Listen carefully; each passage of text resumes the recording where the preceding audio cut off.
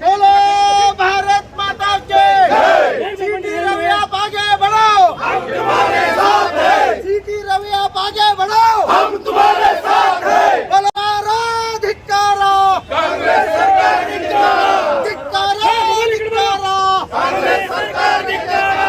सीटी रवि आप आगे बढ़ो, हम तुम्हारे साथ हैं। बोलो भारत माता की, बोलो भारत माता की। कांग्रेस सरकार Congress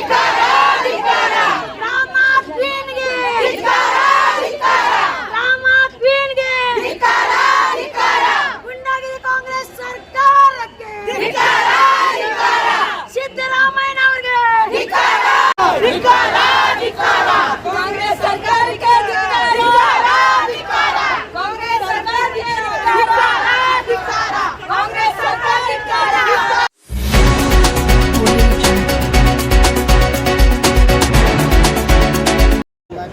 under the Indian constitution article 194ದಲ್ಲಿ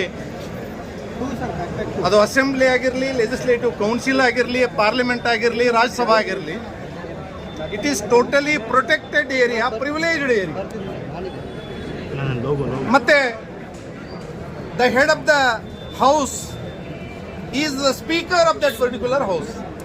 ಅಂಥ ಸಮಯದಲ್ಲಿ ಒಂದು ಕಂಪ್ಲೇಂಟ್ ಆಗುತ್ತೆ, ಸ್ಪೀಕರ್ ಅವರು ಯಾವುದೇ ಅದರ ಮೇಲೆ ತಮ್ಮ ತೀರ್ಪುಗಳನ್ನು ಕೊಟ್ಟಿಲ್ಲ, ಯಾವುದೇ ಈ ರೀತಿಯಾಗಿ ಘಟನೆ ಆಗಿದೆ ಅನ್ನೋದನ್ನು ಹೇಳಿಲ್ಲ. Unfortunately the accused has been taken in to custody yesterday in the evening 6:30. 6:30 ಗಂಟೆಗೆ ಅವರನ್ನು ಕಸ್ಟಡಿಯಲ್ಲಿ ತೆಗೆದುಕೊಂಡು ಇಡೀ ರಾತ್ರಿ ಖಾನಾಪುರ, ಬೈಲಹೊಂಗಲು, ರಾಮದುರ್ಗ, ಕಿತ್ತೂರು, ಸವದತ್ತಿ, ಧಾರವಾಡ, ಲೋಕಾಪುರ, ಯಾದವಾಡ ಈ ರೀತಿಯಾಗಿ ಹಲವಾರು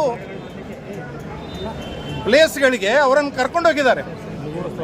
ನಿಗೂಢವಾದಂಥ ಸ್ಥಳಗಳಿಗೆ ಕರ್ಕೊಂಡೋಗಿದ್ದಾರೆ, ಸೆಕ್ಲೂಡೆಡ್ ಮಾಡಿದ್ದಾರೆ. He has been secluded. ಅವರಿಗೆ ಇಡೀ ರಾತ್ರಿ ಊಟದ ವ್ಯವಸ್ಥೆ ಮಾಡಿಲ್ಲ.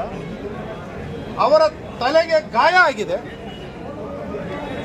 ಪೊಲೀಸರ ಕಸ್ಟಡಿಯಲ್ಲಿದ್ದಂಥ ವ್ಯಕ್ತಿಗೆ ಒಬ್ಬ 30 ವರ್ಷಗಳ ಕಾಲ ಇಡೀ ಸುದೀರ್ಘ ಜೀವನವನ್ನು ರಾಜಕೀಯದಲ್ಲಿ, ಸಾಮಾಜಿಕ ವಲಯದಲ್ಲಿ ಕಳೆದಂಥ ವ್ಯಕ್ತಿಯನ್ನ ಅವರು ಮಾಡಿರುವಂಥದ್ದು ಅಕ್ಷಮ್ಯ ಅಪರಾಧ. ಈ ರೀತಿಯಾದಂಥ ಅರೆಸ್ಟ್ ಅನ್ನು ಮಾಡಲಿಕ್ಕೇ ಬರೋಲ್ಲ. ಆದ್ದರಿಂದ ಕೋರ್ಟ್ನ ಮುಂದೆ ನಮ್ಮ ತಂಡ ಇವತ್ತು ಬಹಳ ಯಶಸ್ವಿಯಾಗಿ ನಮ್ಮ ವಾದವನ್ನು, ಅವರು ಮಾಡಿರುವಂಥ ತಪ್ಪುಗಳೇನು, ರಾಜ್ಯ ಯಾವ ರೀತಿ ವಿಚಾರ ಮಾಡ್ತಾ ಇದೆ ಅನ್ನೋದ್ರ ಬಗ್ಗೆ ಸವಿಸ್ತಾರವಾದಂಥ ಮಾಹಿತಿಯನ್ನು ನಾವು ಕೋರ್ಟ್ ಮುಂದೆ ತಂದಿದ್ದೇವೆ. ಅವರ ಆರೋಗ್ಯ ಸರಿ ಇಲ್ಲ, ಇಡೀ ರಾತ್ರಿ ಊಟ ಇಲ್ಲ, ಮಾನಸಿಕ, ದೈಹಿಕ and emotionally he has been blackmailed like anything. ಆದ್ದರಿಂದ ಅವರಿಗೆ ಜಾಮೀನನ್ನು ತುರ್ತಾಗಿ ಕೊಡಬೇಕು. ಅದಕ್ಕೆ ನಿಮ್ಮ ಕೋರ್ಟಿಗೆ ಅಧಿಕಾರ ಇದೆ ಅನ್ನುವಂಥ ಮಾತನ್ನು ನಾವು ಅವರ ಮುಂದೆ ವಾದವನ್ನು ಮಂಡಿಸಿದ್ದೀವಿ. ಪ್ರತಿಯೊಂದು ಶಾಸಕ ಮಾತಾಡ್ತಾ ಇರ್ತಕ್ಕಂಥದ್ದು ರೆಕಾರ್ಡ್ಗೆ ಹೋಗುತ್ತೆ. ಯಾವುದೇ ಆ ರೀತಿಯ ರೆಕಾರ್ಡ್ ಇಲ್ಲ ಅಂತೇಳಿ ಸಭಾಪತಿಗಳು ರೂಲಿಂಗ್ ಕೊಡುವಾಗ ಹೇಳಿದ್ದಾರೆ. ರೂಲಿಂಗ್ ಕೊಡುವಾಗ ಹಾಗಾಗಿ ತಮ್ಮ ತಾವೇ ಆತ್ಮಾವಲೋಕನ ನಡಿಬೇಕು. ಇಲ್ಲಿ ಯಾವುದೇ ರೆಕಾರ್ಡ್ ಆಗಿಲ್ಲ ಅನ್ನೋಂಥದ್ದನ್ನು ಹೇಳಿದ್ದಾರೆ.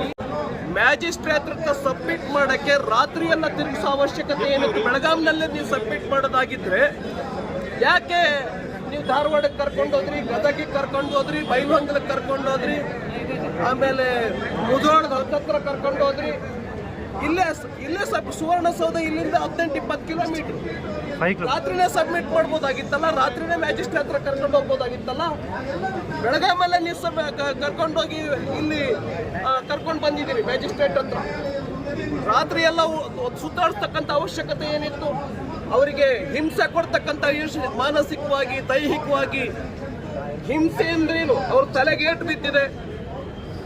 ಮತ್ತೆ ಒಂದು ಪೊಲೀಸ್ ಸ್ಟೇಷನ್ಗೆ ಕರ್ಕೊಂಡು ಹೋಗಿದ್ದೀರಾ ರಾತ್ರಿ. ಅಲ್ಲಿ ಅಡ್ವೊಕೇಟ್ಗಳನ್ನ ನಾವೆಲ್ಲ ಕಾಂಟ್ಯಾಕ್ಟ್ ಮಾಡಿ ಇಂಥ ಕಡೆ ಅವ್ರ ಜೊತೆ ಇದ್ದಂಥ MLCಗಳನ್ನ, ನಮ್ಮ ಕೇಶವ ಪ್ರಸಾದನ್ನ ದೂರ ಮಾಡಿದಿರಿ. ನಮ್ಮ ಕಾರ್ಯಕರ್ತರು ಹಿಂದೆ ಕಾರಲ್ಲಿ ಹೋಗ್ತಾ ಇದ್ರು, ಅವ್ರನ್ನು ಕೂಡ ದೂರ ಮಾಡಿದಿರಿ. ಒಬ್ಬಂಟಿಗನನ್ನಾಗಿ ಮಾಡಿದಿರಿ. ಕಾಡಲ್ಲಿ ಹೋಗಿ ನಿಲ್ಸಿದಿರಿ. ಅವ್ರನ್ನ ಕಾಡಲ್ಲಿ ಅವ್ರಿಗೆ ಮೂತ್ರ ಮಾಡೋದಕ್ಕೂ ಬಿಟ್ಟಿಲ್ಲ. ಅವ್ರ ಮೊಬೈಲನ್ನು ಕಸ್ಕೊಂಡಿದ್ದಾರೆ.